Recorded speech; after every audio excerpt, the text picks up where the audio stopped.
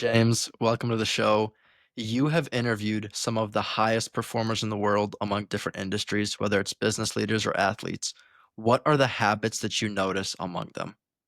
Elin, what a great question. I have to say, it's so fun to be here. One of my great friends, Dr. Haley Perlis, talks so highly of you. So to be on your show, it's an absolute honor. Thank you, my man. Thank you. So, habits of high performers, whoa, I geek out on that. Like, that to me is just the most fascinating topic. There's something that separates the great from the greatest because I think all humans are great. We've all got greatness in us, but some people unleash it. And so, for the last 25 years, I've been on this pursuit of figuring out what is it that makes great people great. And I was fortunate in my younger years at 13 to win the World Solo Championships, then again at 14. So I started to kind of figure a few things out then. But Elon, I lost a lot more world championships than I won. And I started going, what's going on with those times where I don't win? What's in my control that I'm not doing very well? And so I started spending a lot of time with the mind, understanding how the brain works, how we perform with pressure. And so over the last, say, 5, 6 years, I've went really deep with Olympians, gold medal world champions, prime ministers, F1 drivers, going, okay, what is it? And so there's a few things that came up. One, they get radically clear on what's most important to them. They can tell you exactly what it is that they want to do, how they're going to do it, and when they're going to do it. Second thing, they absolutely supercharge their BS, their belief systems. They say, I believe this is possible. I believe I've got the tools and resources. I believe I can do this. So they're very positive with their self-talk and their belief systems. And I would say the third thing that comes to mind is that they take no shortcuts. They're willing to play the long game. They're willing to just, I started, for example, my podcast, I started it in my bedroom 6 years ago, interviewing people. And I thought, you know what? I'm going to keep going until I've got 100 episodes. Most people that start a podcast give up after 3. You're smashing the game, my friend. Like, you're just sticking at it. Let's go, let's go. I That's the way appreciate to it. do it. No, it's brilliant. So they take no shortcuts. They keep going. So that would be the 3 things that come to mind. There's lots more, but those are the 3 key. Sure. Yeah, I'm sure there's a lot more. I know for my podcast, I had a similar goal. It wasn't to get to 100, but it was to get to 20 because I know over 90% of podcasts don't make it past episode 20. So I was like, okay, how can I make myself stand out? And then you just put the cherry on top. You went to 100. So that's amazing. I wanted to ask you because you talked about no shortcuts, which I think is very, very interesting.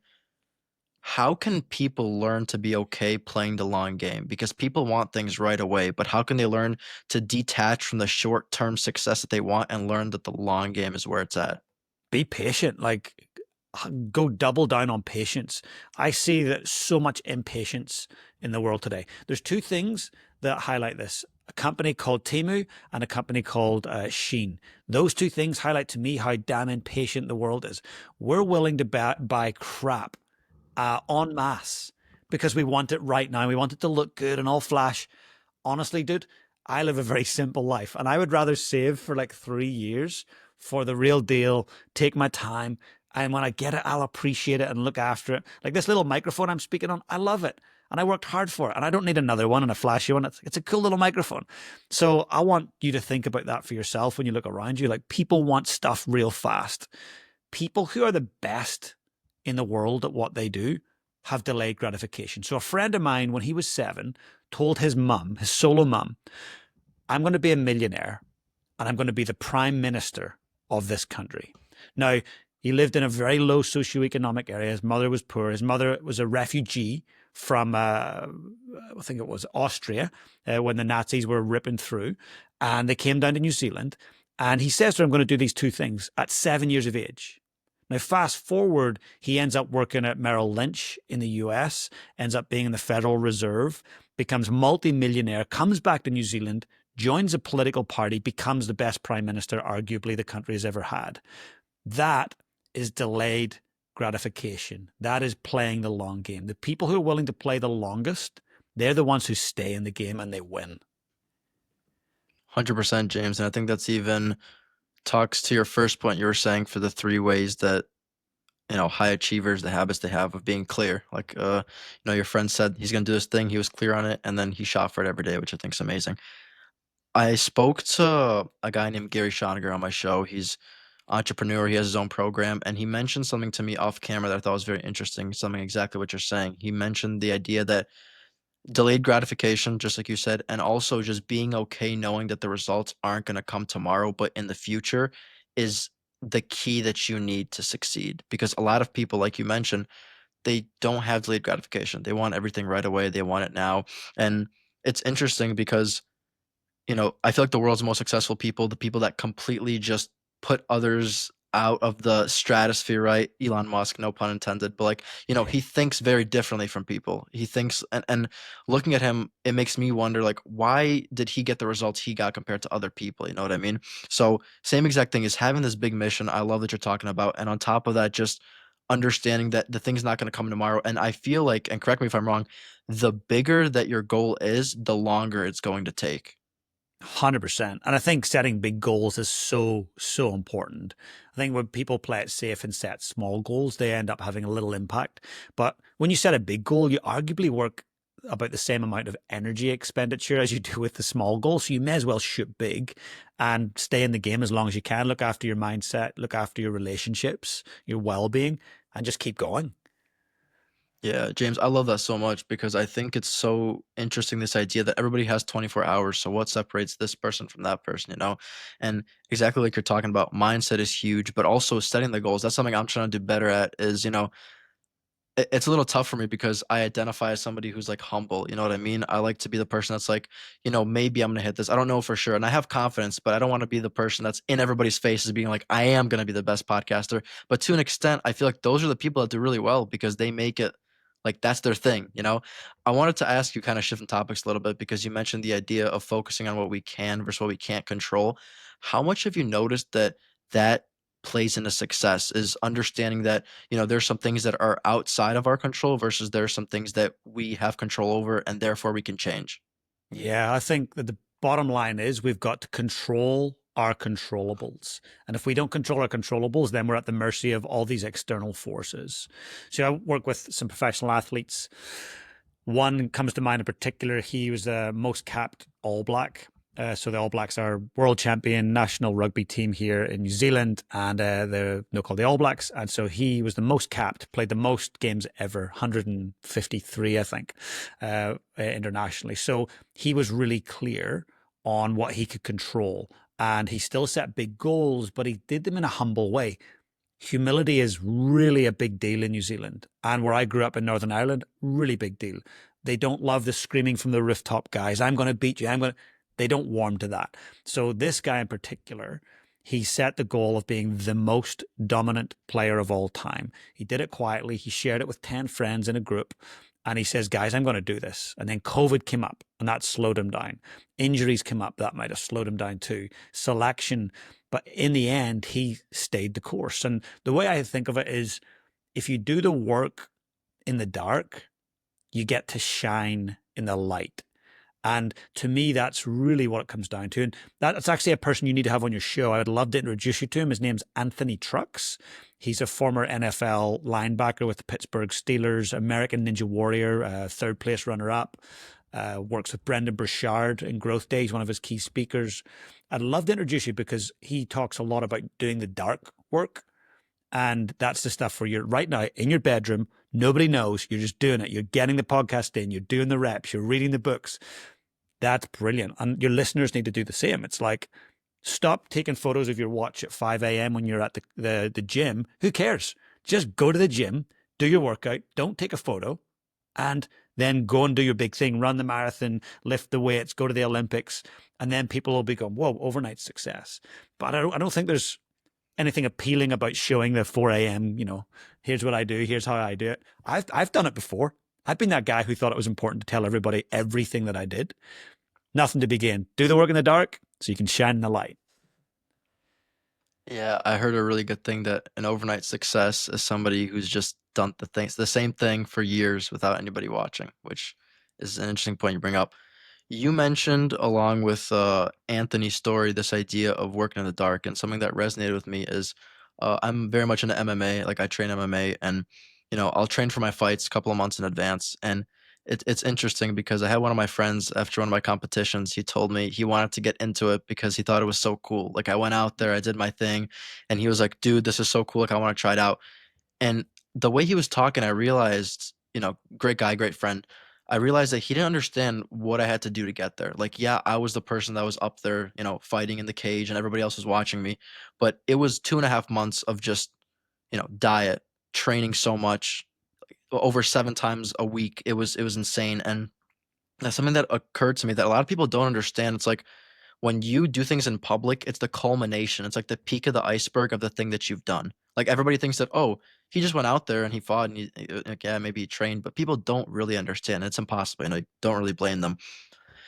You mentioned the 3 habits that you notice the most talking to these people. So you mentioned being clear, supercharging the belief system, and no shortcuts. I wanted to ask because you've spoken to a lot of people in different categories. You mentioned your friend that turns to the prime minister. You mentioned Anthony Trucks. You've talked to, podcasters, athletes, all these different types of people. Do you notice all of these similarities with them, like in different industries? Absolutely. It's like it transcends industries, cultures, ages, backgrounds, race, gender. Like it doesn't matter who I'm speaking to. Whether it's a young athlete who's just won the 2024 gold medal Olympic medal, like they're really clear on what they want. They absolutely believed in themselves. They took no shortcuts. They worked all their lives for this. Whether it's the person who became the prime minister, whether it's the person who wrote the book and became, the New York Times best-selling author, like it was the same thing. Radical clarity, a real high level of belief, and doing the mahi, doing the work, no shortcuts. So yeah, I have yet to see someone who can miss some of those key habits and win at the highest level. I think you can have one-hit wonders, and we've all came across them before. That's not high performance. Like when I think of high performance, it's when you consistently exceed the norms over the long term whilst maintaining healthy relationships and well-being. And when you can do that, to me, that's high performance. Not winning at all costs, but winning with healthy relationships and healthy mindset and well-being.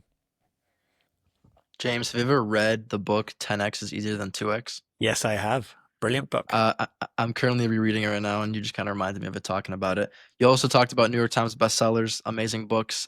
Talk to me about your book that's coming out. Oh, thanks, dude. Yes, so my book's going to come out initially Australia, New Zealand. It's called Habits of High Performers.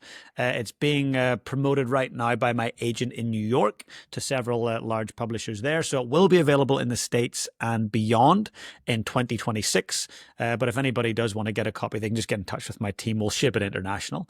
But essentially, it's the key habits, both mindset and tactical habits, that the greatest business titans and the greatest athletes use, and it's to apply to your life and your work. So it's been an absolute mission. I thought writing a book would be easy, but I'll tell you, there was a lot of doing the work in the dark stuff, dude. I had to do a hell of a lot of work to get that thing just off the ground. So super excited to get it out there. There will be an audio version come out at some point, but we want to go first of all with the hard copy and do that justice. I think that we're seeing paper, as you can see behind me and behind you, there's lots of books.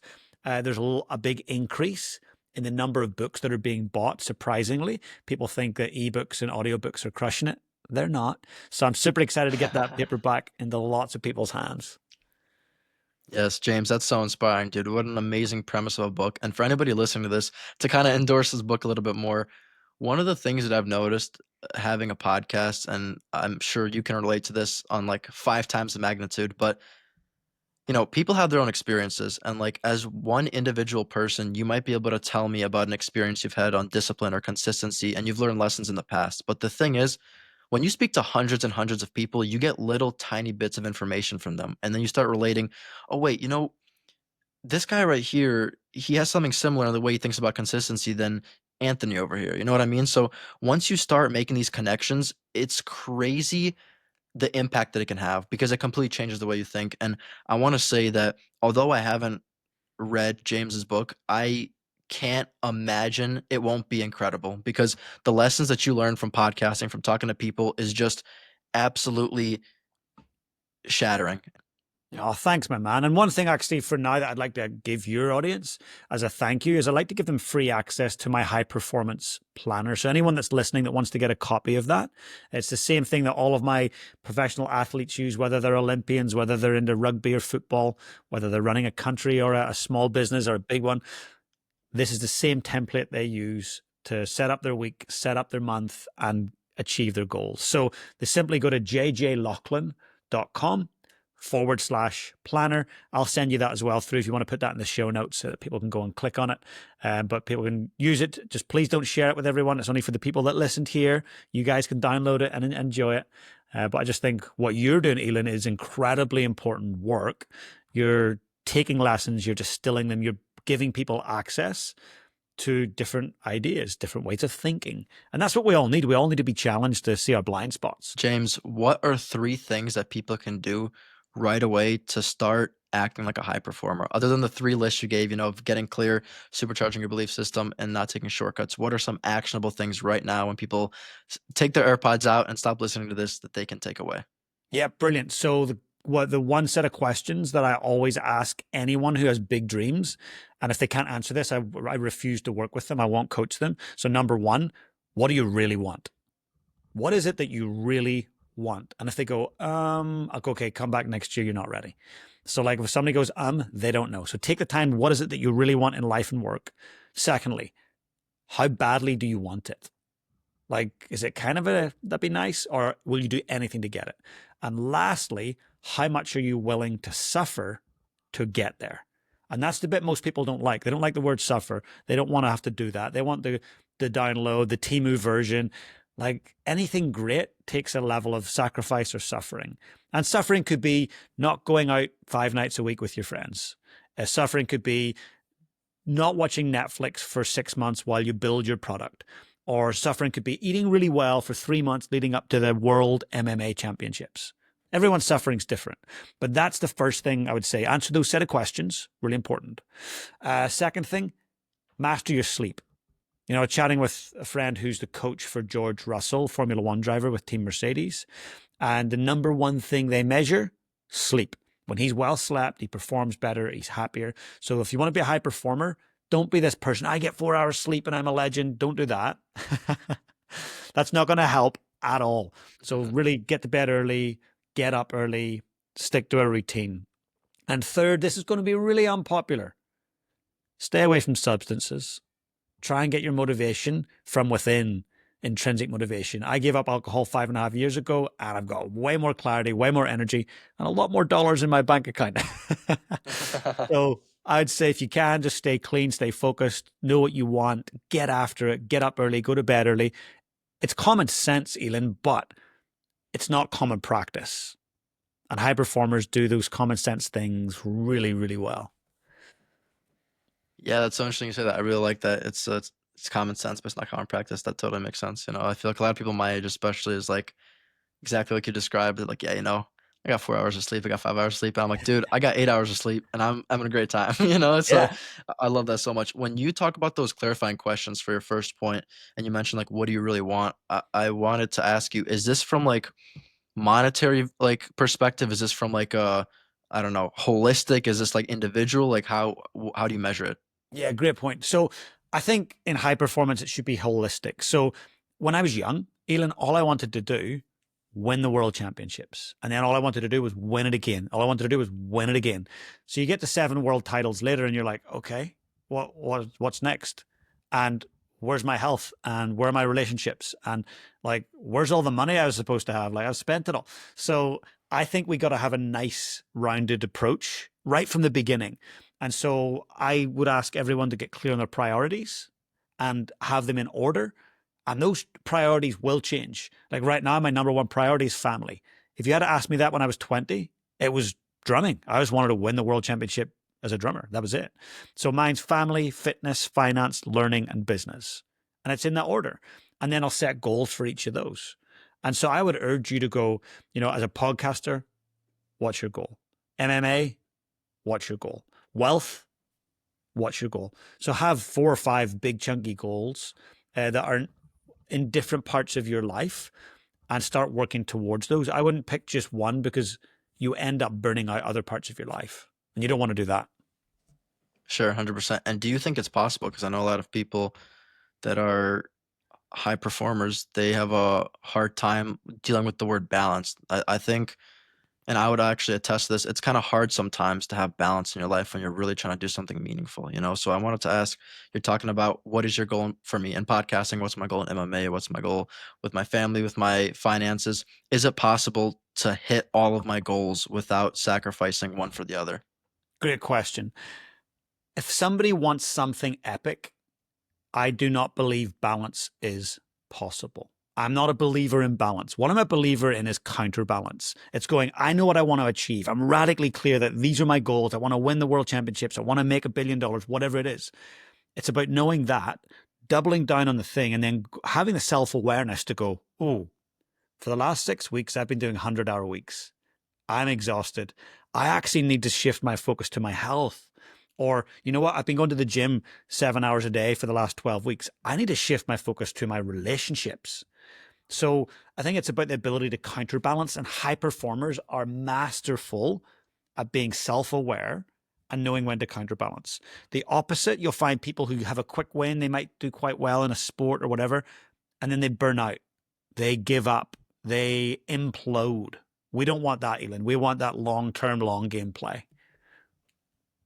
Yeah, a mentor of mine, he told me something very similar. He said life is kind of like ebbs and flows, and while you might be, prioritizing this one thing right now, it's gonna put this other thing down. So you might be prioritizing your business, but your family life is going down, and then eventually it's gonna get to the point where it's got to flip, and your family is gonna be the priority, and your business is down. You know what I mean? So it's like, kind of it's interesting how that works, but I think it makes complete sense because I don't know anybody who has perfectly balanced like everything in their life unless they don't have outsized returns. You know what I mean? And I say that from experience. Like I understand people want different things. So I have a lot of empathy for, somebody might want the balance, somebody might want to just do their thing and scrape by, and that's okay. But I think the power of this conversation is understanding that if you really want something powerful, you need the clarity, no shortcuts, do it the right way. I think that's important because a lot of people nowadays they want to make $1 million in 10 days and that's it, they're done, get rich quick. But no, I think it's very unworthwhile. Like it's hard to keep that level. I see a lot of people that might be, into crypto right now, or just an example, not to hate on anybody on crypto, right? But people that are trying to get rich doing something, it's like it might work for a little bit, but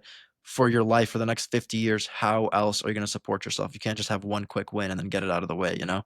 I'm with you. Like, if someone was to gift you the World MMA Championship gold medal, you'd be like, what's the point in that? Like, I didn't earn that. I didn't achieve that. It's the same with money. Like, when I was younger, I probably wanted to try and make money quicker and faster. But right now, I'm delighted to make money slowly, incrementally, let it compound, let it grow, be smart with it. Because then you know how to manage it. Then you know how to invest it. Then you know how to spend it wisely. I would never, ever want to win the lotto. If you asked me when I was 18, would I want to win the lotto? I was like, hell yeah. I would never, ever want to win it. Why? Because if you give me $200 million, I don't know how to manage that properly. I don't know how to use that. So I would like to just build that incrementally, gradually. So when I've got $200 million, cool, I know how to build it and I know how to retain it. So it's the same with anything. Just go slow, take your time, and enjoy the magic along the way. It's interesting you bring that up because I remember I was in a situation where I was trying to run like Facebook ads to something, and I remember thinking like, oh, like I don't have enough money to do this thing, all of this stuff, and then it occurred to me. So like I was just honestly putting money down out of the window. Like I was not making anything. My advertising's not good. I'm gonna say that, but I realized I was like, listen, if I had $10,000 right now as opposed to just spending like 50, I would waste it all. Like I don't know what I'm doing. So it's not about the money, it's about the skills you learn. And very similar to what you're talking about. And I see this in a lot of entrepreneurs as well. It's always been so interesting to me how I think they call them serial entrepreneurs, people who start multiple businesses and they constantly do good. It's like a trend. It's how are they so good at this thing? It's because they built it up, they know what they're doing, they know the small things. Like if you were to give me a business right now, right? And I turn to an entrepreneur, James, the business is going out of business in less than a week. Like, I don't know what I'm doing. But I think over time, if you do it slowly, do it the right way, exactly what you're talking about, that is the silver bullet, if you will. James, dude, you're amazing. You got me thinking about so many different things. Where can people find you? Anything else you want to mention? Hey, I just want them to make sure if they're listening to your podcast that they like it, they subscribe it, they share this episode with a friend. That if they don't follow you on YouTube and everywhere else, they need to go and do that. So first, that's first things first, Elon. Second, if they want to come and connect with me, depending on where they hang out, I'm on Instagram, James Laughlin Official. I'm on LinkedIn. You can just type in James Laughlin, spelled Laugh, Laughlin. TikTok on there. So just wherever they want to connect in, I'd love to connect with them. And of course, they can go and get that planner. We'll put the link in the show notes. 100%. Also, for my listeners, if you do want to support the show, a link in the show notes is going to be to my community. This is a way you guys can get some, priority 1 week before I upload my episodes, and you can interact with me, have a conversation. And for those of you guys listening, I will see you next Tuesday. Thank you so much.